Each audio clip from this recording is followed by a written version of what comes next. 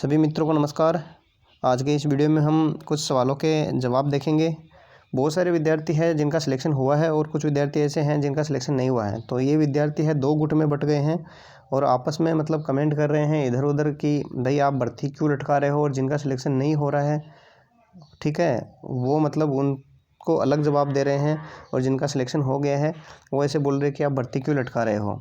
ठीक है, तो देखो दोनों तरफ के स्टूडेंट है, विद्यार्थी है, सब लोग मेहनत करते हैं। जिनका सिलेक्शन हो गया वो भी मेहनत करते हैं, जिनका सिलेक्शन एक आध नंबर से रह गया वो भी मेहनत करते हैं।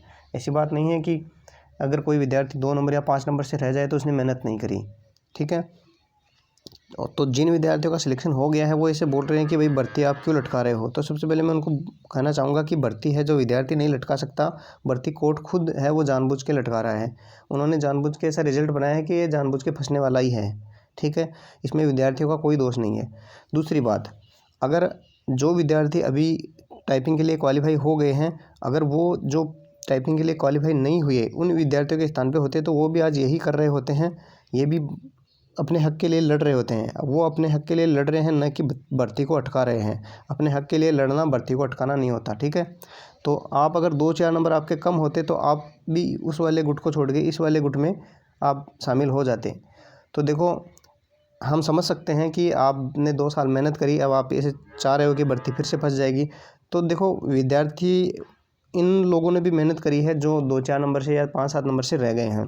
तो आप ये मत बोलो कि भर्ती है वो लटका रहे हैं। ठीक है, दूसरा सवाल ये है कि टाइपिंग कॉल हो भी गया तो आपको मिलेगा क्या? फाइनल सिलेक्शन तो आपका होने वाला नहीं है। तो देखो, मैं बहुत सारी चीज़ें मैं भी बताऊँगा अभी कि फाइनल सिलेक्शन भी होगा। ठीक है, फाइनल सिलेक्शन होगा। जो स्टेनो एग्ज़ाम हाल ही में हुई थी थोड़े दिन पहले अध्ययन बोर्ड द्वारा, उनका 2 फेज़ में टाइपिंग हुआ था और दूसरे फेज़ में टाइपिंग करने वाले बहुत सारे विद्यार्थी हैं वो सिलेक्ट हुए थे। इसमें सिलेक्शन भी होगा। किन विद्यार्थियों का सिलेक्शन होगा उनकी भी बात करेंगे। ठीक है, लेकिन सबसे पहले मैं आपको बताऊँ कि टाइपिंग कॉल अगर हो भी जाए तो क्या मिलेगा। तो देखो, बहुत सारी चीज़ें हैं वो अभी मिलेगी। आगामी जो अधीनस्थ बोर्ड की वैकेंसी आएगी उसमें एलडीसी में जो बहुत सारा अनुभव है इनको काम में आएगा। जो 196 से ऊपर वाले विद्यार्थी हैं उनका जो सिलेक्शन होगा तो ये जो आज का अनुभव है इनको काम में आएगा। जैसे आज वाली एलडीसी जो भर्ती है हाईकोर्ट की, इसमें बहुत सारे लोग ऐसे हैं जो एग्ज़ाम के अगले दिन ही जैसे उन्होंने टाइपिंग शुरू करी तो उनकी स्पीड पहले से ही 30 से 40 थी। ठीक है, और बहुत सारे विद्यार्थी ऐसे हैं जिन्होंने 0 से शुरू किया। तो क्या वो विद्यार्थी जो 0 से शुरू कर रहे हैं वो उस 30 से 40 वाले को पकड़ पाएंगे? बिल्कुल नहीं। बहुत सारे विद्यार्थी ऐसे हैं जिनके 95 से लेके 98 तक नंबर आएंगे। ये वही विद्यार्थी हैं जो पिछले एग्ज़ाम में कुछ ना कुछ मार्क्स से रह गए थे। इनकी टाइपिंग स्पीड अच्छी थी। दूसरी बात, टाइपिंग में वहाँ किस तरीके का माहौल होता है, कैसे कीबोर्ड आएंगे, इनको वास्तविकता का ज्ञान होगा। तो आपको टाइपिंग के लिए जो अनुभव गेन करने के लिए वहाँ जाना है, तो वो चीज़ इन लोगों के आगे चल के काम आएगी। ठीक है, अब बात करते हैं कि 230 प्लस स्टूडेंट की संख्या कितनी है। ठीक है, तो देखो,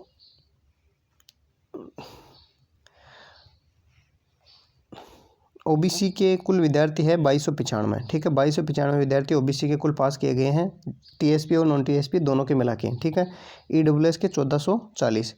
ठीक है, ये तो 226 से ऊपर है, और ये 224 से ऊपर है, और ये 230 से ऊपर है। तो इन दोनों को अगर मैं टोटल करता हूँ तो ये लगभग 3700 के समथिंग निकल के आते हैं। ठीक है, ईडब्ल्यूएस और ओबीसी के विद्यार्थी लगभग 3700 के समथिंग ऐसे विद्यार्थी हैं जिनके नंबर 226 से ऊपर है। ठीक है, 224 से ऊपर है या फिर 230 से ऊपर है। ठीक है, अब इन लोगों के लिए हिस्से में इनके लिए कितनी पोस्ट है? ठीक है, इनके लिए अगर मैं टोटल करूं 459 और 288, टोटल ये है लगभग 700 के समथिंग ये पोस्ट है इन दोनों की। ठीक है, ये लगभग 700 के समथिंग पोस्ट है। अब एक बात और है कि जनरल में भी कुछ विद्यार्थी ऐसे हैं जो जिनके मार्क्स 230 से ऊपर हैं। अन्य कैटेगरी में भी एमबीसी एसटी, इनमें भी मान लो कि कुछ विद्यार्थी ऐसे होते हैं जिनकी मार्क्स है 230 से ऊपर है। ठीक है, तो सबसे पहले बात करते हैं जनरल कैटेगरी के। जनरल में टोटल कितने विद्यार्थियों को पास किया गया है? 5350 विद्यार्थियों को टोटल पास किया गया है। ठीक है, अब जनरल कैटेगरी में कितने विद्यार्थी ऐसे हैं जिनके मार्क्स 230 से ऊपर है? तो ठीक है, इसके बारे में हम देखते हैं। अगर मैं 196 से चलूँ, 196 से लेके 230 तक, ठीक है, यहाँ से यहाँ तक अगर मैं चलूँ तो आपको पता है कि एक नंबर पे कितने विद्यार्थी हैं वो आ जाते हैं। ठीक है, तो आप यहाँ तक लगभग 34 नंबर का डिफरेंस है। तो मेरा मानना है कि जनरल में बहुत सारे विद्यार्थी हैं वो EWS में चले गए, ठीक है, और जनरल में नाम मात्र के विद्यार्थी बचे हैं, ठीक है, जैसा कि आप कमेंट बॉक्स में देख सकते हो। जनरल में नाम मात्र के विद्यार्थी बचे हैं, तो आपको पता है 1 नंबर पे सैकड़ों विद्यार्थी आ जाते हैं, ठीक है। तो यहाँ 34 नंबर में लगभग मेरे हिसाब से ये 5350 में से ये आप ऐसे मान के चलो कि 100 विद्यार्थी है ऐसे बचेंगे जिनके 230 से ऊपर नंबर होंगे, ठीक है। यहाँ से अगर मैं 196 से काउंट करता करता चलूँ कि भाई 196 पे 20 विद्यार्थी है, 97 पे 30 है, फिर 50 है, 150 है, 200 है, ऐसे करते अगर 196 से 230 तक चले तो मुश्किल से 100 विद्यार्थी बचेंगे जिनके 230 से ऊपर नंबर है, ठीक है। अब मैं इन तीनों का टोटल करता हूँ। जैसे मैंने जनरल के 100 विद्यार्थी काउंट कर लिए, ठीक है, इससे ज़्यादा नहीं हो सकते। जनरल के मैंने 100 जनरल के हम मान के चलते हैं कि 100 विद्यार्थी है वो जनरल के हो गए, ठीक है।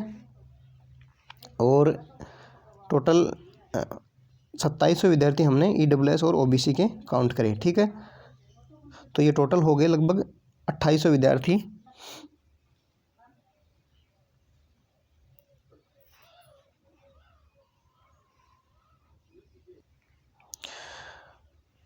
मान के चलो मैं जनरल के 100 विद्यार्थी हो गए और EWS के OBC और EWS के 2200 और प्लस 1400 कितने 3600। तो लगभग ये ऐसे मान के चलो कि 3800 के समथिंग ये टोटल विद्यार्थी आ गए, ठीक है। जैसे हमने 100 जनरल के जोड़े और 2200 OBC के जोड़े और 1400 EWS के जोड़े, तो इतने विद्यार्थी तो ऐसे हैं जिनके 224 से ऊपर नंबर हैं, ठीक है। तो ये टोटल मिला के ऐसे मान के चलो कि ये 3700-3800 के समथिंग ये विद्यार्थी आ गए, ठीक है। 3800 विद्यार्थी ऐसे हैं जिनके इतने नंबर हैं, 224 या 230 से ऊपर नंबर है, ठीक है। अब इनके हिस्से में कितनी पोस्ट आएगी, तो 1072 तो मैं ये काउंट करूँ 459 OBC की और 288 EWS की, टोटल मिलाओ अगर इनको आप काउंट करोगे तो ये लगभग 2000 के समथिंग है, ये वैकेंसी लगभग आ जाएगी 1800-1900 के समथिंग, ठीक है। तो आप ये मान के चलो, मैं अगर मान के चलूँ कि 1900 के समथिंग इनकी पोस्ट है जिन पे ये मतलब शामिल होने वाले हैं, ठीक है। और इनका जो टोटल है वो कितना आया इनकी पोस्ट का, लगभग 3800, ठीक है। तो आप देख सकते हो यहाँ पे सीधा सीधा कंपटीशन है वो मात्र 2 गुना का बचा है, ठीक है।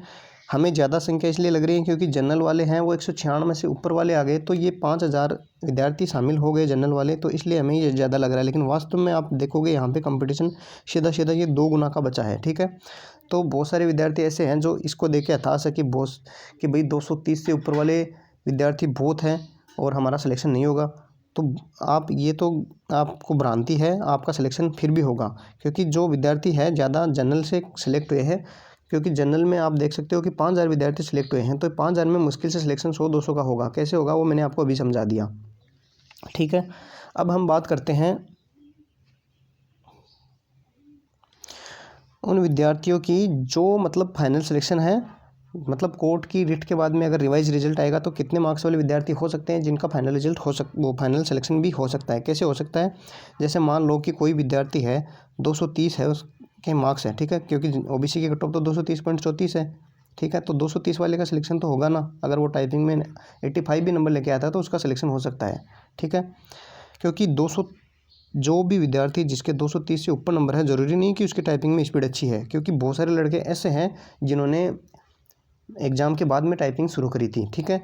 और एग्ज़ाम के बाद में जो भी विद्यार्थी बिल्कुल नया है, उसने उससे पहले कभी टाइपिंग नहीं करी, तो ये मान के चलो 2 महीने में टाइपिंग सीखी जाती है, स्पीड नहीं बढ़ा सकता कोई भी विद्यार्थी। एक आध अपवाद हो तो अलग बात है, बाकी जो भी विद्यार्थी है जिसने एग्ज़ाम के बाद में टाइपिंग शुरू करी है, जिसको पहले से टाइपिंग का कोई अता पता नहीं है, तो वो विद्यार्थी उसके नंबर आएंगे 70 से 80 के बीच में, टाइपिंग में इतने नंबर आएंगे। बाकी इससे ऊपर लाना बहुत मुश्किल है। ये हाईकोर्ट है, हाईकोर्ट के एग्ज़ाम जिसने भी दी है टाइपिंग उसको पता है कि यहाँ आपको 85 नंबर लाने के लिए हिंदी और इंग्लिश दोनों में 50 की स्पीड आपको चाहिए ही चाहिए, नहीं तो आपके 85 नंबर भी नहीं आएंगे। इसलिए दूसरी बात, हाईकोर्ट का पैराग्राफ इतना ईजी नहीं होता, जैसे अधीनस्थ बोर्ड का पैराग्राफ है।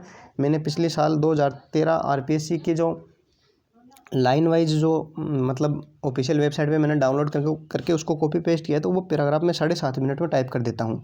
तो वो चीज़ें बहुत ईजी है। हाई कोर्ट का जो टाइपिंग सिस्टम है वो बहुत हार्ड होता है, यहाँ नंबर गेन करना बहुत मुश्किल होता है। तो आप देखोगे कि बहुत सारे विद्यार्थी ऐसे हैं जिनके 230 से नंबर ज़्यादा है, लेकिन उनका टाइपिंग में स्कोर मुश्किल से 70 से 80 रहेगा। तो इस बार है जो फाइनल कट ऑफ है वो टाइपिंग में मतलब वो कट ऑफ होगी। कैसे होगी, जैसे मान लो कि जो कट ऑफ 230 है ओबीसी की, तो इस बार मेरे हिसाब से ये 85 ही मैं इसमें काउंट करूँगा, इतनी ही कट ऑफ है वो बढ़ेगी। तो ये 315 मान के चलते हैं कि 315 कट ऑफ है वो ओबीसी की, 315 से 320 के आसपास रहेगी, 320 से ऊपर नहीं जाएगी, क्योंकि इस बार एक तो कम समय मिला है, दूसरी बात बहुत सारे विद्यार्थी ऐसे हैं जो नए हैं, जो इस कम समय के चलते उनका मतलब टाइपिंग है वो अच्छा नहीं हो पाएगा।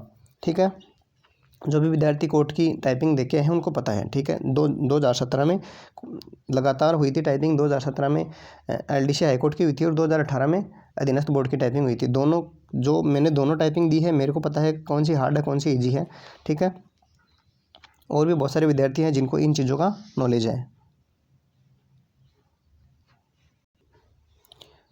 अब हम बात करते हैं कि कितने मार्क्स वाले विद्यार्थी का फाइनल सिलेक्शन है वो हो सकता है। तो देखो, ओबीसी कैटेगरी की बात करें तो ओबीसी कैटेगरी में मेरा मानना है कि 216 से लेके 230 तक जो भी विद्यार्थी है, अगर वो टाइपिंग में 90 प्लस मार्क्स लेके आता है, ठीक है, तो उसका फाइनल सिलेक्शन हो सकता है। जिस विद्यार्थी के ओबीसी में 216 217 मार्क्स है, उसको टाइपिंग में 97 98 नंबर लाने पड़ेंगे, तब वो फाइनल सिलेक्शन ले पाएगा। लेकिन असंभव नहीं है, हो सकता है। आपने देखा होगा पहले भी 99.93 नंबर भी आए हुए हैं राजस्थान हाई कोर्ट में। अगर आपकी स्पीड 60 प्लस हो तो आप आराम से ये चीज़ें हैं वो हासिल कर सकते हो, इतना मुश्किल भी नहीं है। बात करते हैं ईडब्ल्यूएस कैटेगरी।